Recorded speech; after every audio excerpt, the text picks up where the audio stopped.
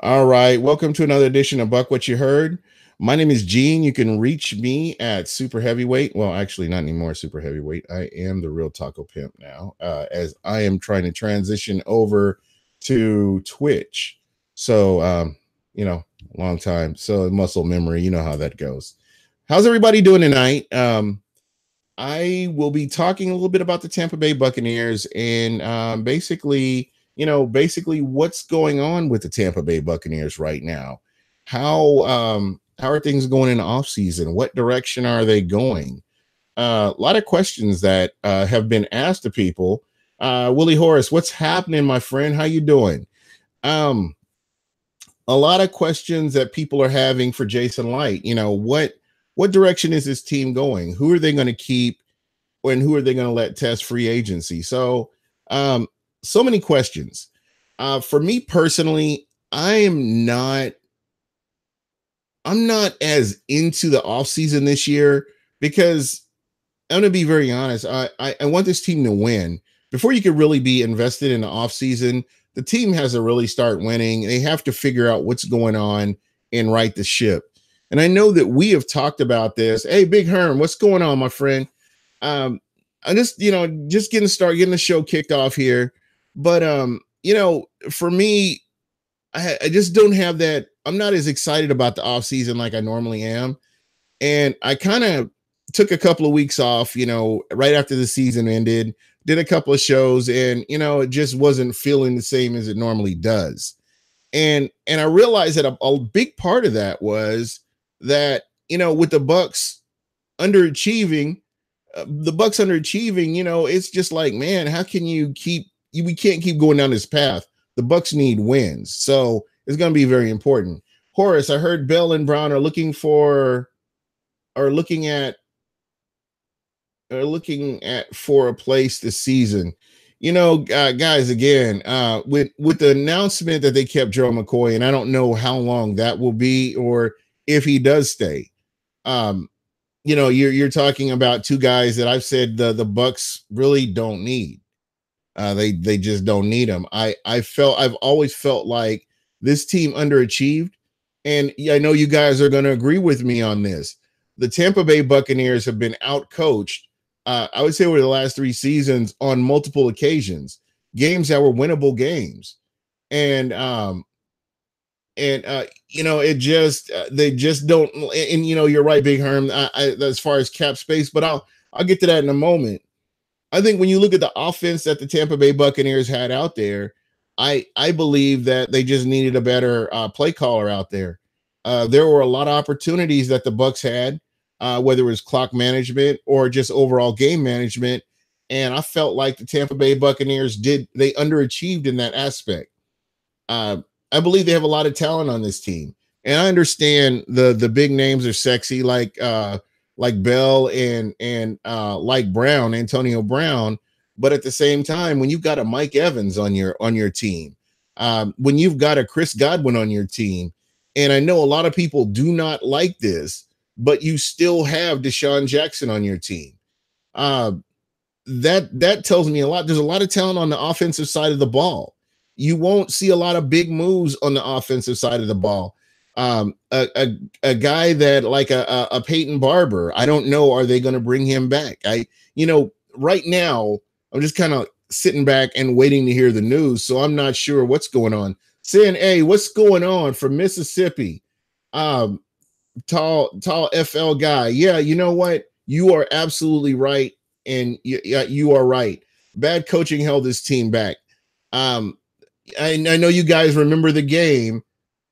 I know you guys remember the game where it was a fourth quarter and Dirk Cutter didn't call a timeout. And I think that was the deal breaker for me. And it just was. Willie Horace, let me ask you this. Hey, what's going on, Eric Moreno? How you doing? Djax was upset because of the play calling. And let me ask, if you remember when they first interviewed Djax coming to Tampa, he said he expects his team to be playing for a playoff spot. And what he's seen was that the coaching staff didn't deliver on their end of the deal. And we can all agree on that. And and I know that a lot of people want to call Deshaun Jackson a diva. They want to say, that this guy's a cancer in the locker room. I don't think that's the case. I think at his age, he wants to win now. He's frustrated. He was frustrated with all the play calling and just a lot of the stuff that, I don't know. It just didn't feel like, the same. I understand his frustration. Let's just put it that way. Bad coaching, and bad coaching did hold us back. I totally agree with that. Again, this is a guy who, if used correctly, he could be a very dangerous weapon. If Bruce Arians, we have a new coach now, Bruce Arians can get the best out of a lot of players.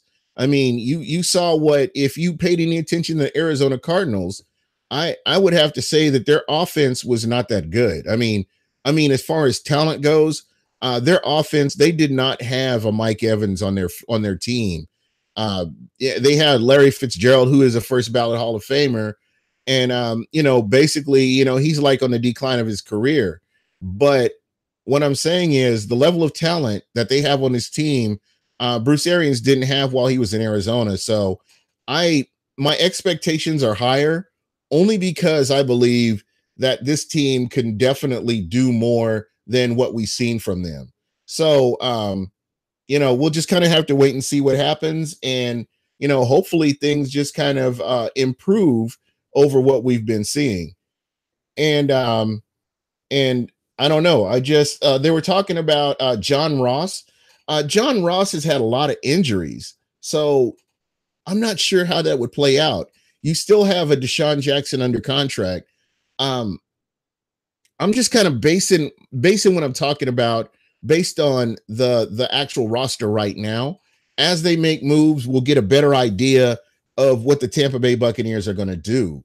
I see a lot of things on social media about different sources saying this and saying that.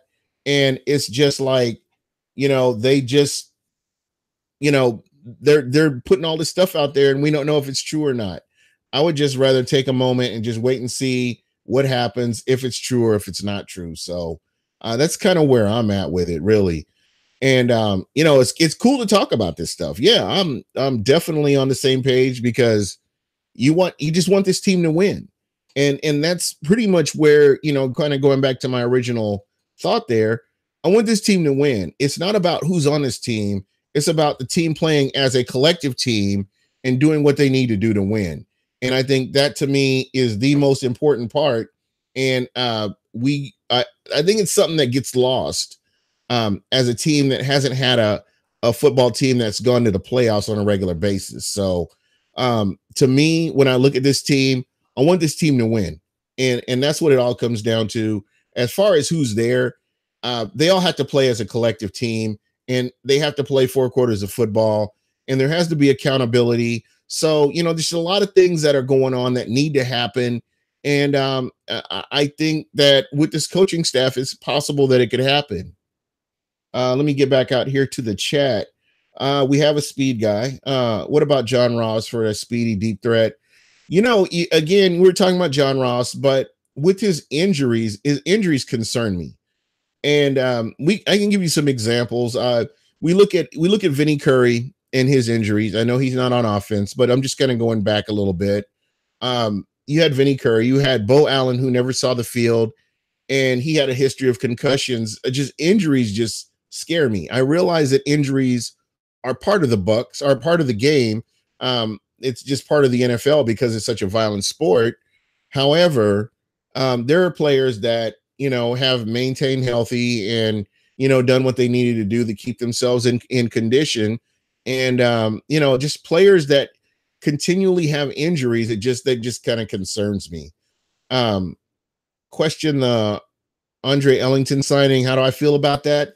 Again, guys, and you've heard Michael Pless say it. You've heard me say it. This roster is fluid. He could be there to help with Ronald Jones. I know that they're really going to focus on Ronald Jones a lot in the offseason. I've said this last year, and I'll say it again. To all the people that said he was a bust, I really didn't feel like Ronald Jones got a fair shake. I felt like he was brought in and he was underutilized. And then he was even wrong. He wasn't used correctly. And it looked like every single time his hands touched that ball, there was a defender in the backfield waiting on him. So he really didn't get to, as a rookie, he's 20 years old. I expect more out of him this year. He's got a year under the NFL under his belt, and it would be good to have somebody like an Andre Ellington that can kind of coach him and guide him along with the ways of the NFL. So I think that could potentially be what that is, but I think that it will help, especially in the locker room. Andre Ellington's always been a stand-up guy, so he's just one of those guys that will do nothing but help the locker room. And then he said somebody said he couldn't read the playbook. Again, he's 20 years old. Come from USC. They have a different style of running. I'm not making excuses for this. I just feel like they didn't do enough to really coach him up and help him get adjusted to the speed of the NFL. So with that being said, I would expect to see more out of him this year than what we saw last year. So definitely something I'm looking forward to. And you talk about Caleb Benenoch. Sin A, it's interesting you say that, because I did have a conversation with somebody about, hey, what's going on with Caleb Benenoch and this offensive line? What are they doing? And I don't know if you guys remember, they were doing all these experiments. I mean, you got a guy that's you've got a Pro Bowl right guard, and you're moving him all over the line. That's not helping his growth. And there just were a lot of moves on that offensive line that I didn't agree with. But I'm not a coach, never been a coach, and I wouldn't know what to do, to be very honest. So you kind of have to roll with what they're saying. But when you go back and you look at the game film, which I've been fortunate enough to, be educated on that a little bit, to where I can, spot things. And to me, it just looks like these guys were playing out of place and they weren't comfortable. And if you look at that offensive line, none of those guys look comfortable this year, with the exception of maybe a Ryan Jensen. So there's that. And you're right. There he is. I heard that Benenoch would be going back to right tackle. But again, when we look at Caleb Benenoch, he was a 5th round pick, and that's how you have to look at him. I've always thought that he would have been a player to come in and relieve a starter. I've never seen him as a starter, but they have found a way to get him in there and get him utilized. And so we'll just kind of have to see what the coaching staff does from here. Let's see here. I'm going back through here. I really believe Dirk is going to get Dan Quinn fired. I feel bad for Atlanta in a way, but happy for us, because Dirk is going to call a lot of plays. And you know what? It's going to be interesting. And I'm really concerned with Adam Humphries, because I could definitely see Adam Humphries ending up as an Atlanta Falcon, strictly because, he's a nice hands or whatever. I hope they can get some of these guys signed. What do you guys think about Quan Alexander? What if he goes? Do you go to the draft and draft somebody else, or what do you do? Buccaneer Bruce, what's going on, man? What do the Bucs do? You're my GMs out here. What do the Bucs try to keep Quan, or do you let him walk and test free agency? The guy is coming off of an injury, so I don't know. There you go, Devin White. Do you and Eric, let me ask you this: with a lot of the holes that the Bucs have, whether it's in the trenches on the defensive side of the ball or the offense, do you go after an offensive lineman, or do you bring somebody else in like a Devin White? What do you do here? So yeah, there you go. That's a possibility. Quan comes back, but Hump is gone. Do you guys remember me talking about this a couple of weeks ago when I said Adam Humphries is a good receiver. Adam Humphries is good at what he does. He's good at where he's at. And the one thing that I will say is, I mean, when you look at value, you can't pay a number 3 receiver what he's asking for. You just, I just don't think that it's realistic that you pay a number 3 receiver that money. And I don't know, that we'll just kind of have to see what the Bucs do, how they negotiate, how they make things work, because I know he's going to, exactly, Buccaneer Bruce is exactly right. And I was just getting ready to say that Adam Humphries is going to get number 2 money somewhere. It may be the Jets. And that's kind of where, that's kind of, no, 6 or 7. I'm thinking that Hump is looking at 8 to 10 is everything that I've heard. And, I like him. I like what he brings to the team.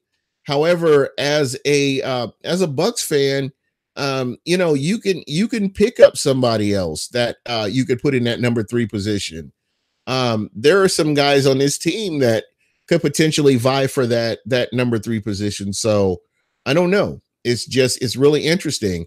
And again, Deshaun Jackson hasn't left. Deshaun Jackson is still under contract with the Tampa Bay Buccaneers. So that's something that you want to keep in mind as well, is that is the case.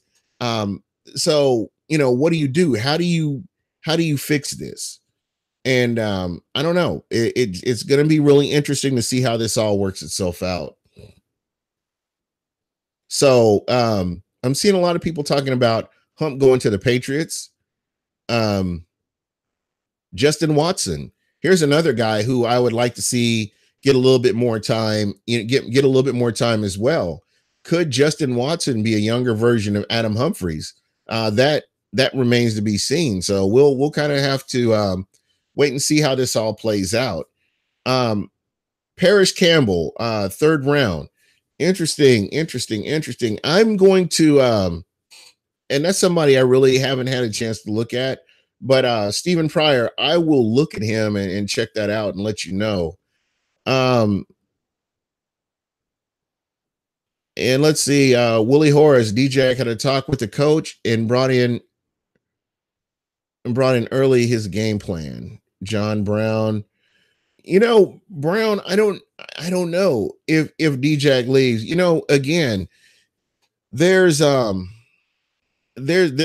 talent on this team, and again, I would have to wait and see what this coaching staff does. Is, hey Dub, what's going on? I'm gonna have to wait and see what this coaching staff does.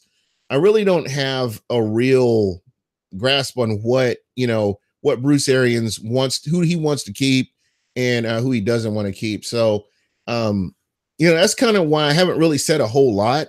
But I just, I think that there's a lot of talent on the offensive side of the ball, especially that a lot of moves aren't going to be made on the offensive side of the ball, to be very honest.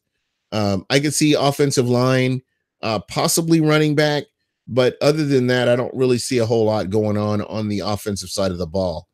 I think that's why Watson was drafted last year, because they knew they wouldn't be able to hold on to Hump. You know what? I totally agree with that. And the reason I say that is because Hump has been the last 3 seasons, and we call him the Lazarus man. People have written him off and saying, okay, this guy is gone. They're going to bring somebody else in. And, he just rises from the dead and he plays his heart out. And, he finds a way to hold his position. But when you look at Hump in the grand scheme of things, Hump is not going to take that position from Chris Godwin. There's no way. He's not going to take the position from Mike Evans. So here he is in that 3rd wide receiver position. And that was the one position I was looking at last year to see, who could have possibly taken that spot. And, we just nothing really materialized. And of course, Adam Humphries came in and he played like he normally does. Now, I think is what's going to be really interesting for me, wherever Adam Humphries goes, is to see him playing as that number 2 receiver, because wherever he goes, that's what's going to be expected of him is to be that number 2 receiver.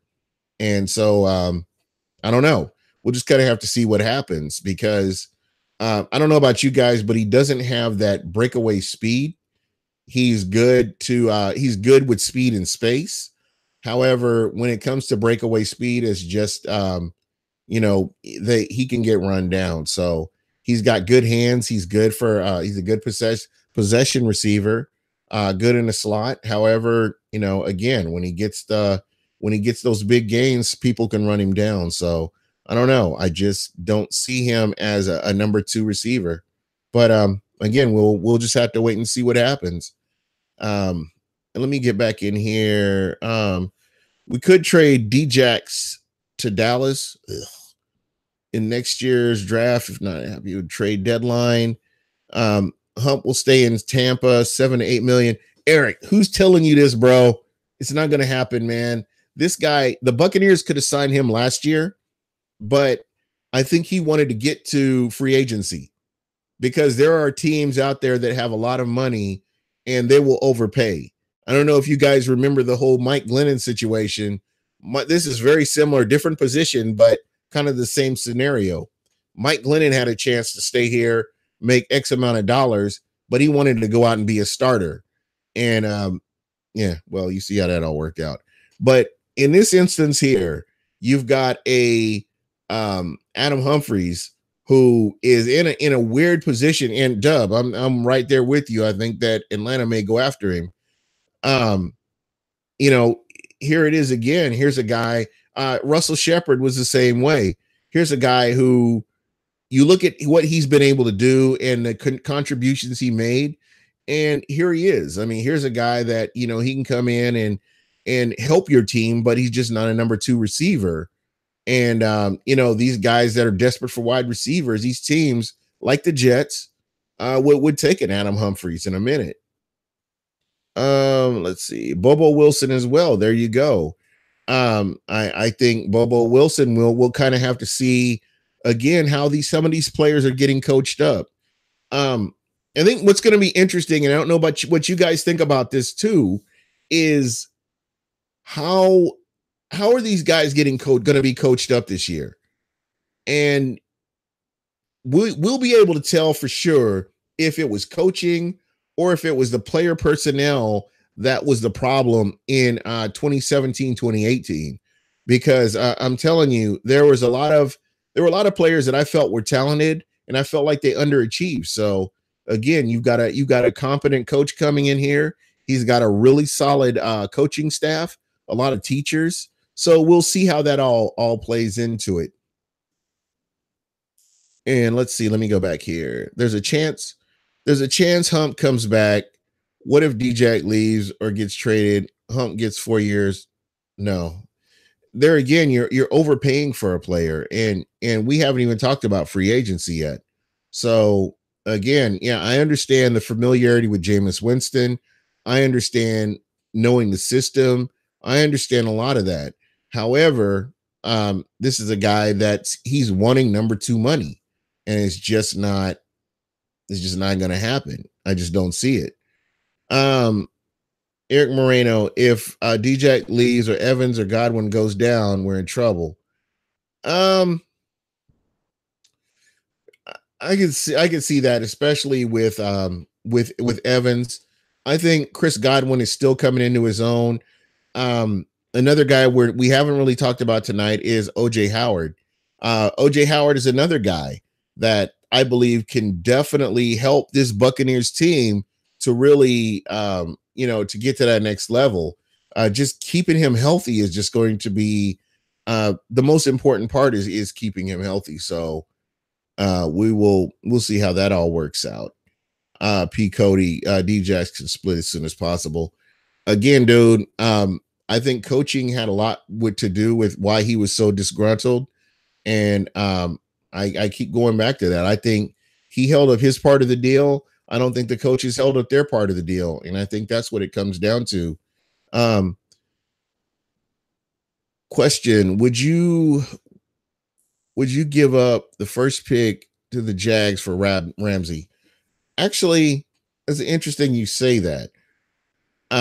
And me, I'm not a general manager, but I actually would. And the reason I say that is because he's stayed pretty healthy. Number one, we know he's a talent. We know he's an impact player. the problem with certain picks, you don't know what you got. So yeah, as far as that goes, and he's a very young player, so you're going to have him for a long period of time. I would definitely consider um, a Jalen Ramsey a move like that if it was that cut and dry where you could do something like that. I most definitely would. Um, would you? Yeah. So yeah, most definitely, I definitely would do that. DJ Lee, again, everybody's going to be healthy coming into preseason and coming into camp. Ramsey is a beast. Yeah, exactly. I mean, you'd be crazy not to. Um, I think that would be a pretty good move to bring somebody in like that. They want more than that. Um, yeah. So again, we'll just kind of have to, kind of play it by ear and see how that happens. But yeah, if there was a move that would be made, um, that's one of the most established cornerbacks. I would definitely go after him. He would be a guy I would definitely want on my team. So yeah, that would be a move I would definitely make right there. Just kind of scrolling through here to make sure I haven't missed anybody. Yeah, if you have something you want to get out there, let me know and I will we'll get that out there definitely. um let's see. Yeah, okay. So here we go. Landon Collins, there we go. I don't know. That would be interesting to see him. That would be interesting to see him come in here. Dub, have I not been saying this since the rumors have come up? I don't know if you've been watching the podcast, but I've continuously said there's no way either one of those guys are coming to Tampa. Period. End of story. It just will not happen. It can't happen. As much as I'd like it to happen, it won't happen. I think the Jets may have an inside track on that. I could see them going to the Raiders. Could you imagine a Le'Veon Bell and Antonio Brown with the Raiders? That could definitely be something that happens. Guys, did you get to listen to the? I know we're talking about it, and Dub kind of alluded to it. The Jason Light um, press conference. Wanted to see what you guys thought about that. What do you think? I know I've caught a lot of heat. uh Ingram, Ingram is interesting. You definitely have to fix the offensive line, and I think Ingram could definitely work. I don't know how much money he's looking for, but he would definitely be an upgrade over like the Jacquizz Rogers that we've seen. And another guy that the Bucs still have is a Sean Wilson, who will be coming back healthy. So there are players that have been injured and we kind of forget about them. But there are guys that I feel like can definitely contribute to this team. But kind of getting back to what I was talking about with Le'Veon Bell and Antonio Brown, just there wasn't a cap space for it.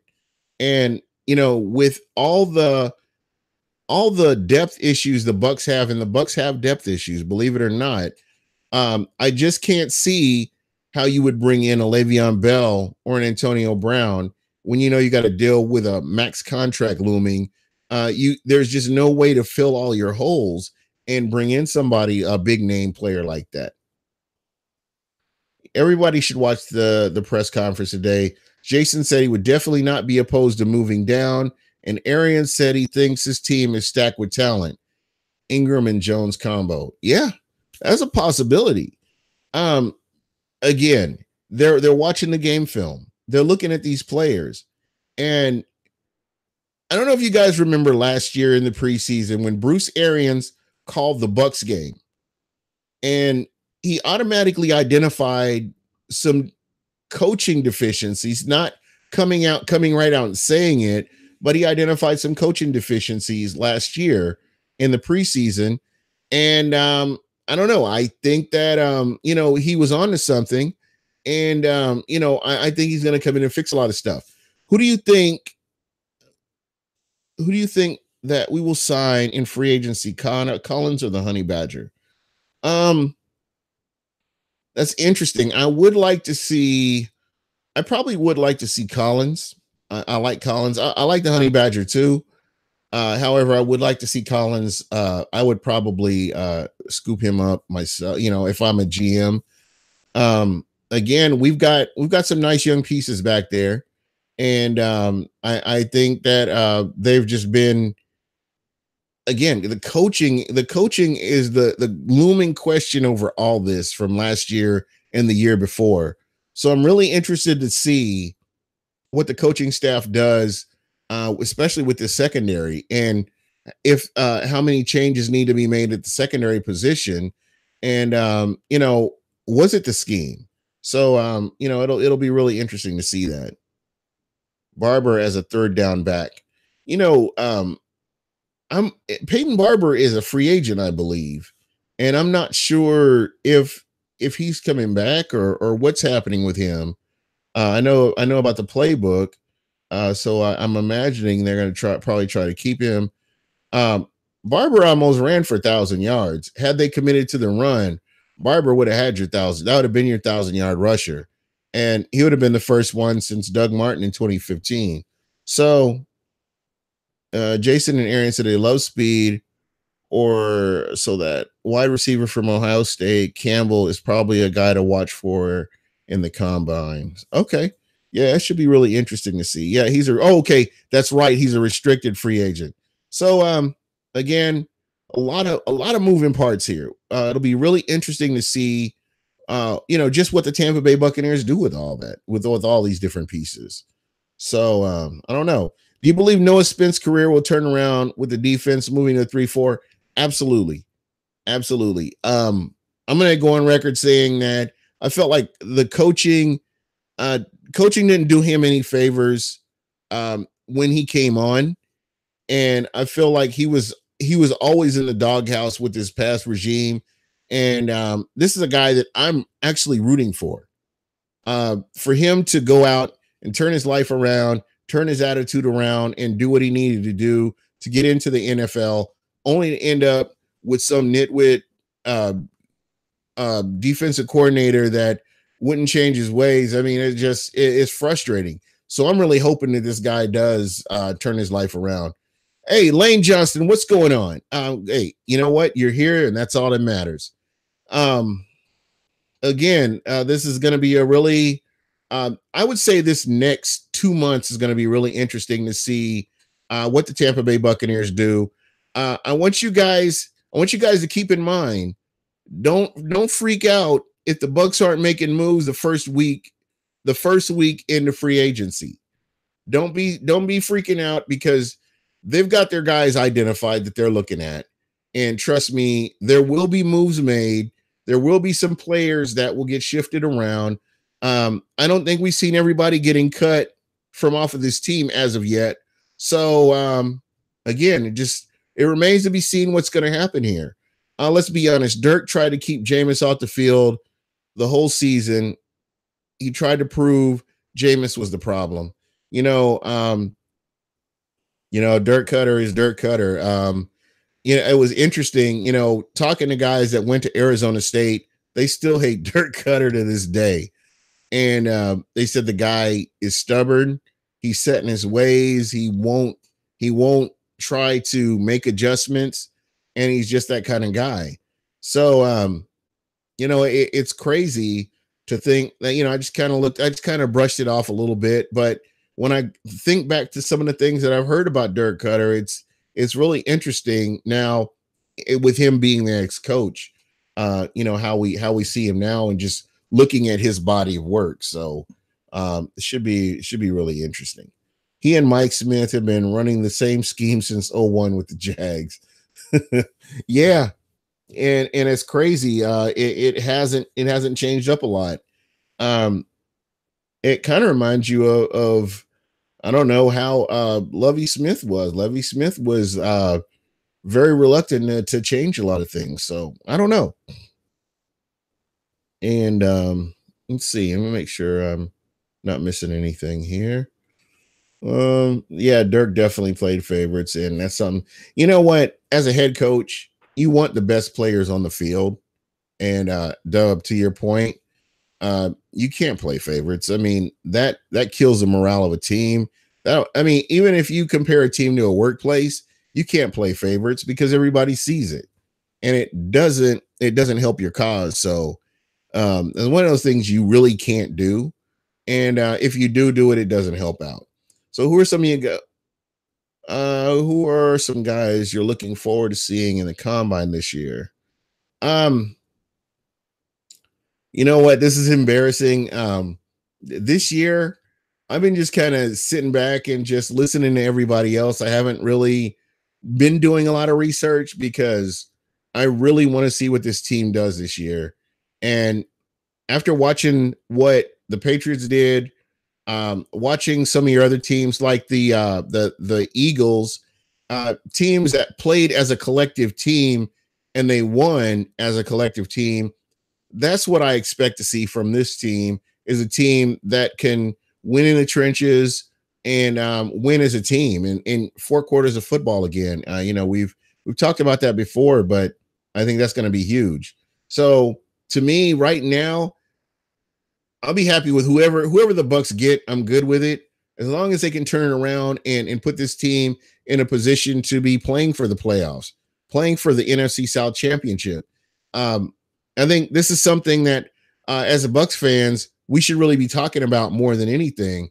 It should be, I don't know. I think this should be more on our radar, going to the playoffs and playing for championships and stuff, rather than just basically worried about who we're going to get. Um, let's see, Dub. I'm looking to catch up on some prospects this combine. I just wonder who the combine winner will be this year. Last year it was Griffin from UCF. That was one of the best stories that I can remember was that whole thing with Griffin because just what he did and what he meant to his team and how he went out for the Seahawks and he's played. He's definitely an inspiration to a lot of people. So that's definitely a guy to look at. Hey, if you're in the chat, give me some names. Give me some guys that I should be looking at. As far as who the Bucs could potentially be looking for. Could you see? I could see that. Noah Spence is a guy that I'm still intrigued by Noah Spence. And when we saw him right before he got hurt, this last injury he had, just how fast he gets off the ball is freakish. And it really bothered me that you can't find a way to get a guy like that on the field. Um, that's kind of where I'm at. You know what, Buccaneer Bruce, I'm with you. I'm going to be very disappointed if this team doesn't make the playoffs. They've got the talent. I think they've got the coaching situation figured out. I think they just need to put everything together, man. I think with this schedule, this season should be the season that they go in and do what they need to do to get to the playoffs. Um, the fact that would you draft the running? Oh, I love that running back, man. That would be something. I think he's a day one starter, to be honest. I mean, just from what I've seen from him. And yeah, I've been watching highlights here and there, but yeah, I think that he would definitely be somebody worth checking out. He got to get that tricep in check. And no, he and McCoy struggle with the injury. You know what? McCoy's been pretty straight. He's been having lower body injuries since that last injury with the what was it? It was it his tricep or whatever it was. Um, Again, he's put on all this weight, and let's just see what he does. But I think this was good to have him sit out. I think he's fresh. I think he's ready to go in and do what he needs to do. So most definitely, I'm looking forward to Noah Spence. I'm actually looking forward to OJ Howard. I don't think that Bruce Arians has ever had a tight end of this caliber. And I expect to see big things from OJ Howard this year. So here's another guy that you'll see. Jason said he'll know more on Beckwith. Is he still injured? I didn't realize that Beckwith. I thought Beckwith had healed up. I had no idea that he was still injured. That's interesting. I must have missed that part of it. Okay, Blaze Brown from Temple and Hardage from Northwestern. I'll definitely check him out. All right. Oh, rap. Okay. Yeah, I've let's see here. I'm locking this in.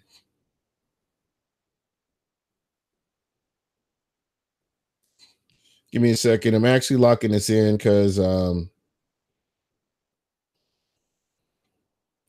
right. So all right, and those are two guys that I'll definitely be checking out. Um Again, this is gonna be interesting, new coach. It's gonna be, just seeing who they bring in and who they keep and who they let go. Any surprises that you guys can think of guys that may not make the team? Anybody that would be a shocker if you didn't see him make the team?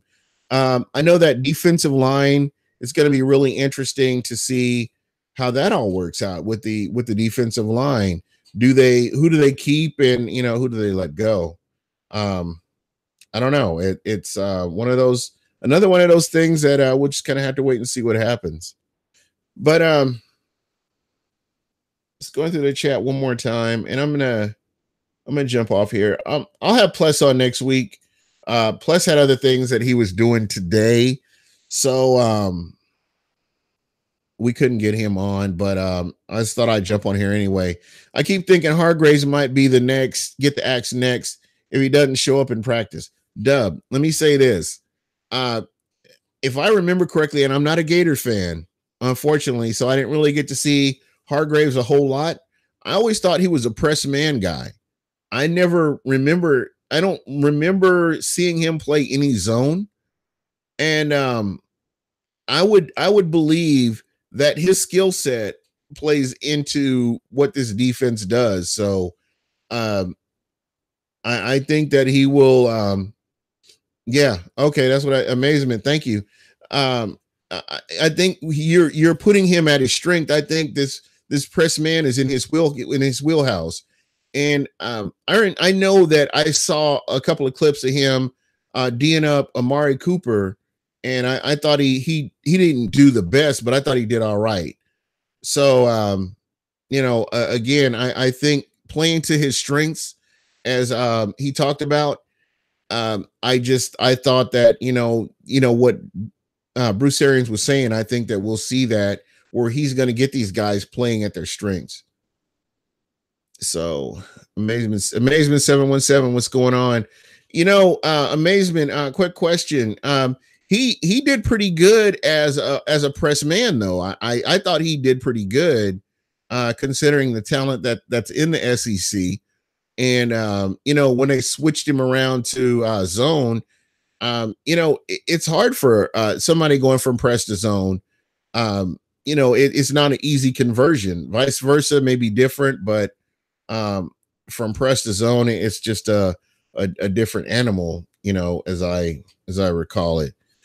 So I heard MJ Stewart might be moving to safety. There you go, man. I mean, you've got a lot of guys that are multifaceted. The one thing that I will say about Jason Light, when he's drafted people, they can play multiple positions. I would say the majority of the people he's drafted can play multiple positions, which benefits them and it benefits the team. With all the injuries they've had over the past 3 seasons, it's really good to be able to see them move from one position to the next. So definitely something that I'm actually looking forward to. And I want to take a moment to thank everybody who's checking out the stream tonight. You're appreciated. Chat is blowing up. I really love how the chat's working here. And you guys are always welcome to join in, and I will make sure that we get your name out there. All right. So That's what we're looking at. Yeah, for sure. We need those utility guys that can move in and out. Yeah, most definitely. I mean, you have some guys that do have their skill set and they play certain positions, but then you have other guys that you can move them over if there's an injury, or you could scheme a little bit different and use them in different ways. Um, how do you feel about the quarterback from Washington State? What is somebody help me out? What is his name? I know who you're talking about. Um, um, um, um. Let me see. I'm gonna have to look him up. But while we're talking about the quarterback position here, what do you guys think about Jameis Winston and his relationship with Bruce Arians? I mean, I'm pretty excited for it. I think that I think he needs somebody that's in his corner that will be able to pull him to the side and straighten him out. But I don't know. Since his incident, I haven't really seen where Jameis Winston has gotten out of control or anything like that. I just think, he's a competitor and he wants to win. So I don't know. Let's see. I want to see the Bucs make a splash, signing or a draft pick in the secondary, preferably secondary. I want to see an experienced guy back there and help out the youngins. If it were me, and you guys know this, I said this probably the second week out of the season. I like Greedy Williams. I always have liked Greedy Williams. We don't need to see Greedy. Seen him get manhandled a lot, especially in the Ole Miss game. Metcalf threw him around all game. I had to go back and check that. I'm trying to remember that Ole Miss game. I don't know. I'll come back to that. Greedy should be our pick if we don't pick an offensive lineman. Guys, to me, I think the most important place right now is in the trenches. If you guys can remember, throughout the playoffs, whether it was the wild card all the way up to the AFC and NFC championship games, the trenches were huge, both sides of the ball, for these teams that were vying for the Super Bowl. So I think that trench play is going to be huge, and I don't know. I think that's where it's at. So just looking at that. So I guess I have some homework to do. Is check out some of these players that you guys have been mentioning here, and just kind of get an idea of who I should be looking for. But yeah, bringing Leftwich in was very big to me. Winston finally has a guys who believe in him, and Leftwich being a former quarterback will help Winston. I think Donovan Smith should make one hell of a guard. You know what? If they're playing Donovan Smith at his natural position, that's good. I'm glad all the experiments are over with. I don't see how it was rocket science to keep somebody who's playing at their strength where they are and build around that. But it was just kind of dumbfounding when you look back on it now. Jameis needs an offense that takes advantage of his skills without getting him beat up on every down. Get in protection and trade Djax for John Ross. John Ross, I'm not convinced with John Ross, Matt, just because of the injuries. We've seen a lot of that with free agents that come in, from Chris Baker to Mitch Unrein to Bo Allen to Vinny Curry. Michael Johnson was injured. Just a lot of different Robert Ayers, just a lot of players that have come in to the Bucs as a free agent, and they're not able to help on the field because they're on the sidelines. So again, I'm just not sure how that would work out. Landon Collins, we kind of talked about him a little bit, Perry. Here's a guy, he would probably be my first choice at free agent. George Johnson too. Landon Collins would probably be my first choice as a splash for free agency. So that would definitely, we're on the same page. Again, we'll see what happens and see how everything works out. I don't know. Do you see Arians bringing in a guy like a John Brown, since another Arians guy he's had in Arizona? I don't know. I look at this offense. I don't I don't know where you. I don't know. That would be really interesting. I do see Adam Humphries leaving, but I'm sure there are a lot of guys that are going to vie for that third wide receiver position. So that's going to be real interesting to watch as well. But on the offensive side of the ball, I don't know. I just don't see, other than the offensive line, I don't see where you would make a lot of upgrades in that. And you got guys that are capable of playing in that slot position when you've got a competent head coach. So again, I don't know. Um, it would be interesting to see it, but I'm kind of stuck with the offense is pretty talented and I think they were just missing a coach. How does OJ get utilized with Arians? To be very honest, and I think I mentioned this earlier, I felt like OJ Howard is an amazing. He can block, he can catch, and he can run. I mean, this is what you want in a tight end, and I don't think Bruce Arians has ever had a tight end quite like him, and I expect to see him utilized quite a bit, despite people saying that Bruce Arians isn't a guy that uses a tight end. I just don't think he's really had the tight ends to utilize, to be very honest.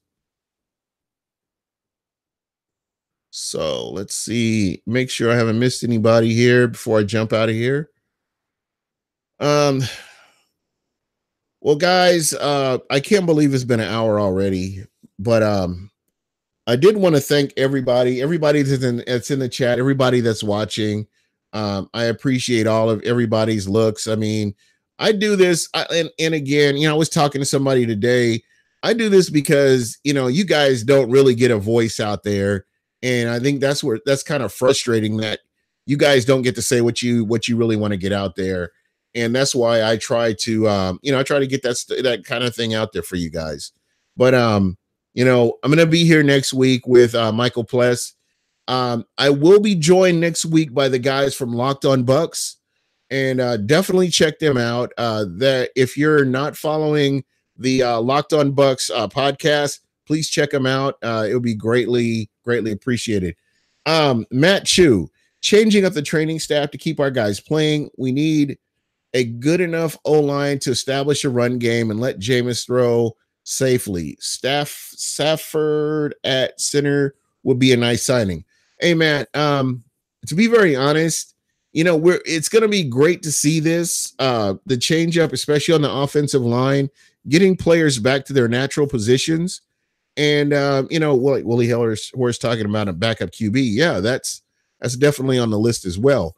But, Matt, getting back to your point, we're going to see what they do in the offseason. I expect to see somebody on both sides of the ball in the trenches get drafted in this draft.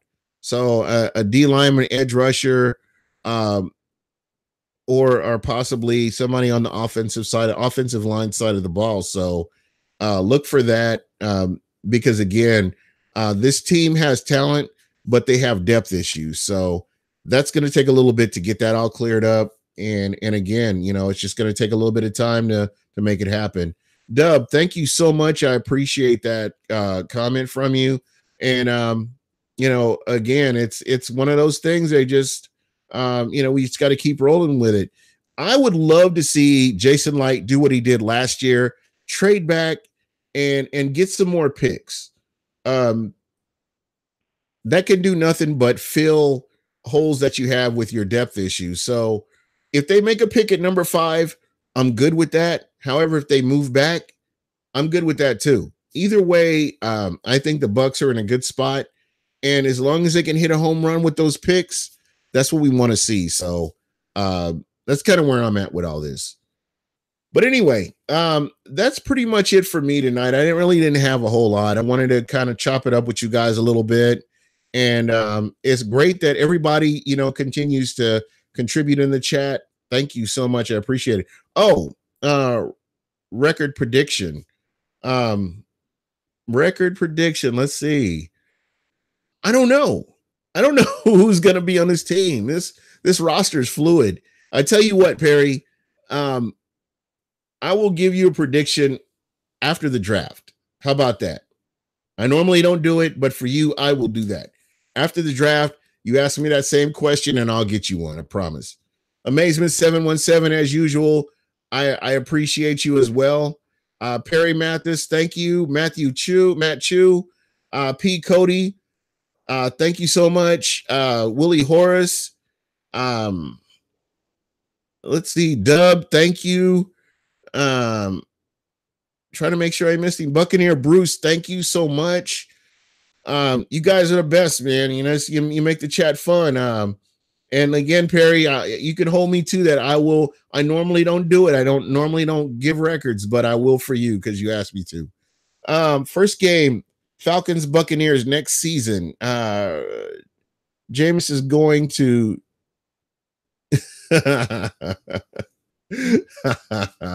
Willie Horace. You know what? I swear Dirk Cutter was a spy of some sort. I don't know, man. I could be wrong, but I think Dirk Cutter was a spy. I think Mike Smith was a compatriot too. I don't know if you guys have been watching Mike Smith on AAF football calling games. He looks as clueless in the booth as he does as a defensive coordinator. I mean, this guy has a deer in the headlight look all the time, I guess. I don't know. But it's going to be a fun game. You know, I don't know. The team record this year, I'm calling 10-6. Guys, I will say this. The Bucs had better go to the Super Bowl or I'll be very disappointed. Not the Super Bowl, the playoffs. The Bucs have to go to the playoffs. I mean, there's no other ands, ifs, or buts. I'm not so much worried about the offseason as I am about the Bucs going to the playoffs. I'm sick of all this the NFC South not even being able to compete in the NFC South. The Bucs have to turn this around. They have to. So I'll continue. That's going to be something that you'll hear me say continuously. I'll be saying that the Bucs have to go to the playoffs. In the Atlanta conspiracy. Yeah, we need it. It's been way too long, guys. But anyway, folks, thank you so much. Everybody have a great night, and I will do this again next week. I'll have Michael Pless on, and again, the guys from Locked On Bucs, and we will be talking Bucs football. Talking a little bit more about the combine and what we have to look forward to next. So that's it for me, guys, and I'm out.